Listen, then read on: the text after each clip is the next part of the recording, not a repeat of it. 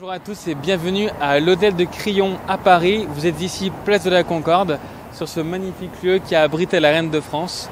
Et cela fait 6 ans que j'office dans ce très bel endroit.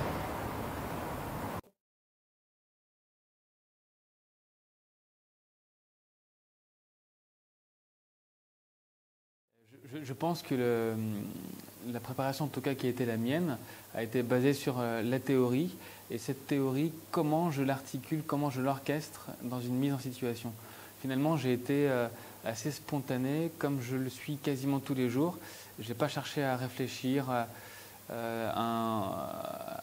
une prise de mise en situation, pas du tout. J'ai voulu être comme à l'hôtel et je pense que visiblement c'est assez efficace.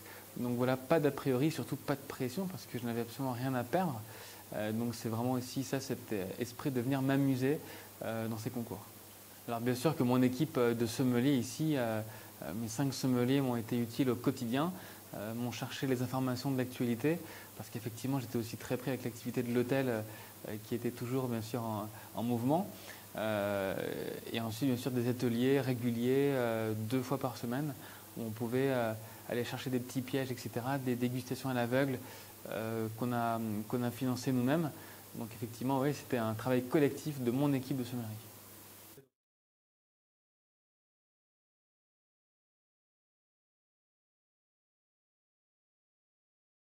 Il s'agissait en réalité d'un titre bien sûr qui fait rêver la France entière. Je me suis dit qu'effectivement c'était l'ultime opportunité pour moi parce que je me sentais prêt et que si je ne le faisais pas, eh bien j'allais effectivement peut-être le regretter. J'ai également surfé sur cette préparation du meilleur ouvrier de France qui était 15 jours avant, où je me sentais prêt là aussi. Et c'était l'idée de profiter de cette préparation pour prolonger l'expérience et aussi me faire de l'expérience en vue de ce concours MOF qui était pour moi aussi un vrai objectif.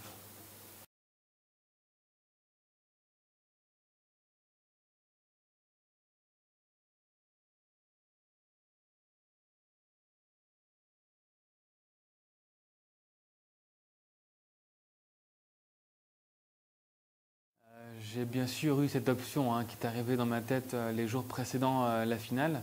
Euh, C'était pour moi compliqué de le représenter au vu de ma situation familiale aussi parce que j'ai 2 petits-enfants de 4 ans et 2 ans et qu'effectivement c'était déjà très difficile, mais dans 2 ans ça sera encore plus.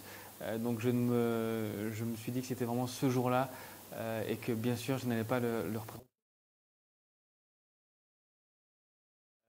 C'est effectivement une préparation qui m'a été... en fait, j'ai repris mon cycle de préparation lorsque j'étais athlète, triathlète et coureur cycliste, où effectivement on devait arriver pour des grands rendez-vous à 100% le jour J. Et ça veut dire qu'il faut boire beaucoup d'eau, il faut dormir beaucoup, il faut manger sainement, mais il faut surtout euh, mettre des paliers de préparation et surtout des paliers de récupération. J'étais, pour vous révéler un peu les coulisses, en Italie en vacances, samedi, dimanche, lundi, mardi, précédant la finale. Donc effectivement, j'ai coupé 4 jours très près de la finale. Là, on se dit d'habitude qu'il faut accélérer en préparation. Là, non, j'ai totalement levé le pied, j'ai déconnecté complètement. Et ça m'a fait un bien fou pour me relâcher l'esprit et le corps.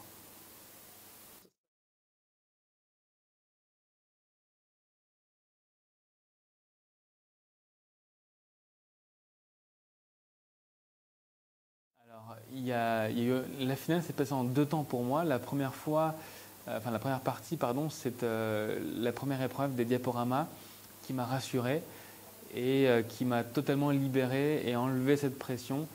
Et je m'étais dit que j'avais une chance inouïe d'être là, que la première épreuve s'était bien passée.